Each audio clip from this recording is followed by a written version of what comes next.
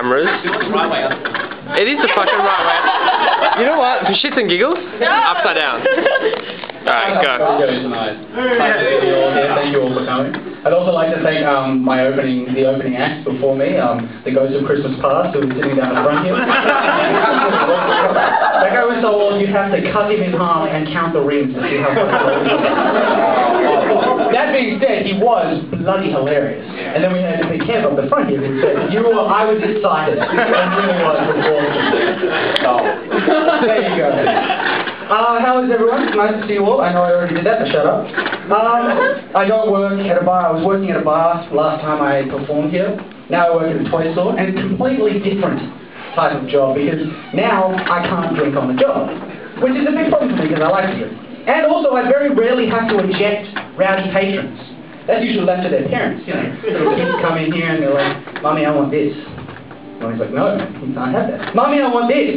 "No, put it down, we're leaving." "Mummy, I want this, I want this, I want this, fucking I fucking hate you, oh, you're such a big mama, I fucking want this. This is from a 7-year-old. And it's like watching a fucking, like, a nature documentary. You got this kid, and he's going off his banana, and it's like, and now we see the small child about to go through the 4 stages of the tantrum. First, you have the clenched fist, followed by the quivering lip.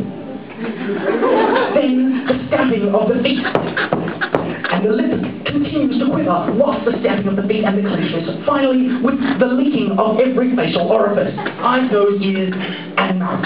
All at the same time, going everywhere. It's quite shocking. All for a transformer. So the kids, and the beauty thing about working this new job aren't the wonderful co-workers that I have. Yay! Yay. It is more the moronic, mouth-breathing, insane people I have to serve. And Kevin Smith said it best that retail would be the best job in the world if it weren't for those pesky customers. I'd like to thank him for sitting up the back, everyone. So no, I'm just kidding, he's not really here. He'll reply to any of my messages. Or my scented letters. Or the one I wrote in blood. But moving swiftly along, that's what you have to deal with when you work in an area that I work in. And, you know, you've got Jews, Russians, South Africans, and WASPs. I mean, they're just the most insane collection of people. The Russians, you've got to love the Russians. I mean, here is a country that has pumped out so much vodka and caviar that rich people just sit there and go, fuck, that's a lot of food. And that's a lot of booze. That's lovely. I mean, they also pumped out, you know, Ivan Drago for Rocky IV. Rocky IV, he's like, hey, yo, I'm gonna kick your ass.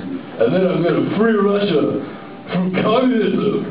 Even Drago is this big fuck-up Russian dude who looks down and goes, "Tiny American, I will destroy you." That was it. That was the whole film. That's all the guy said. And he punched it, Sylvester Stallone in the face like 800 times. And the best thing to come out of Russia, mail order brides. Hey, come on. You're not getting any younger. And it's the cheapest option for you, you know? You put the money up front and everybody knows where they stand. Personally, I'm of the opinion that I don't want to have to pay for sex until I'm married. At which stage I'll pay for it for the rest of my life. I had this big Russian dude come to the toy store.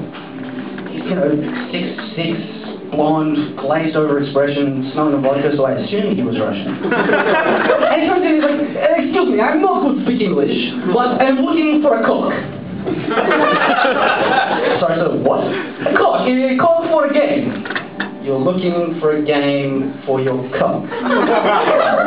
Sorry, so this is Rose Bay. Maybe in King's Cross, but not necessarily that. Is there something? It's game for cock, you hit or drag it, you play game with cock. I'm like, okay, I'm sorry, I've got no idea what you're talking about. Just give me writing apparatus, I will draw for you. You can say writing apparatus, you can say fucking pen?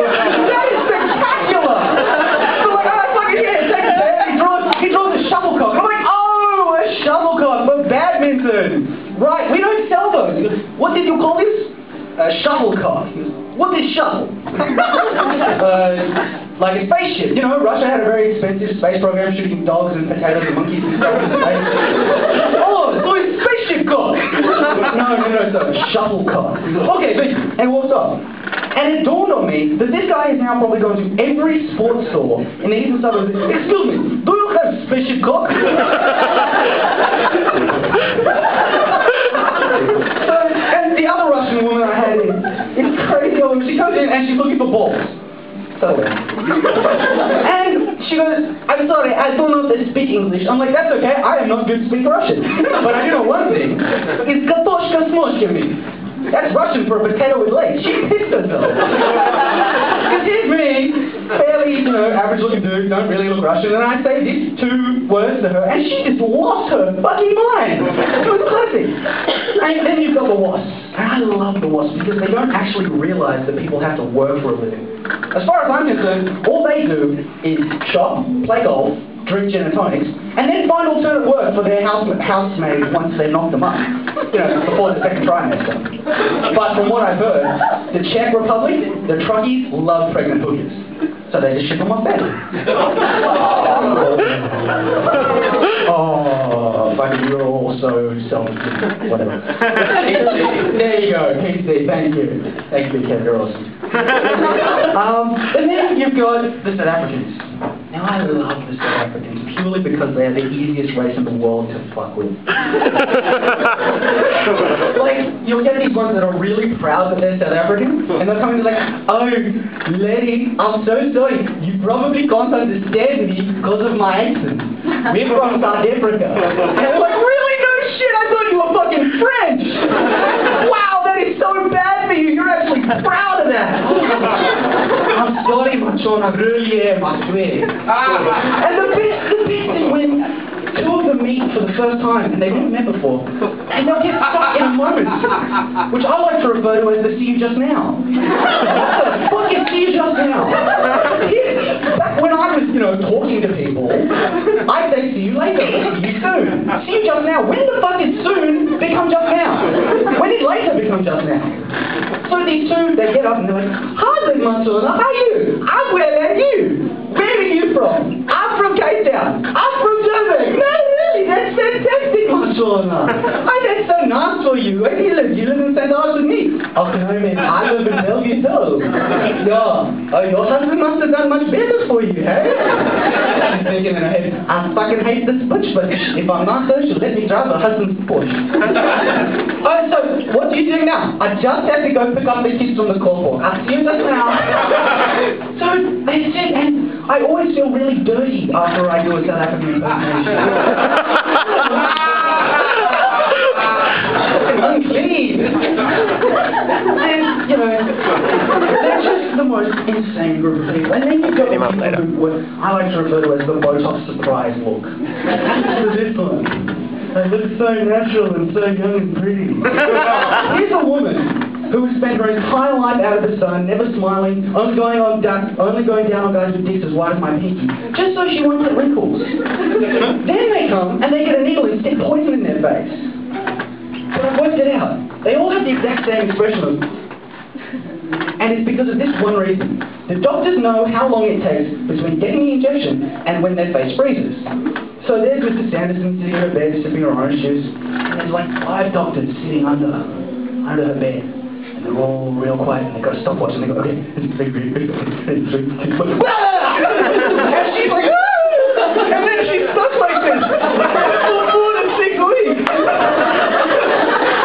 And the other way they do it is, doctor will come in and is like, oh, Mrs. Sanderson, just thought I'd let you know, your husband's not paying for the procedure. Which is great, because he can double bill for a heart attack as well.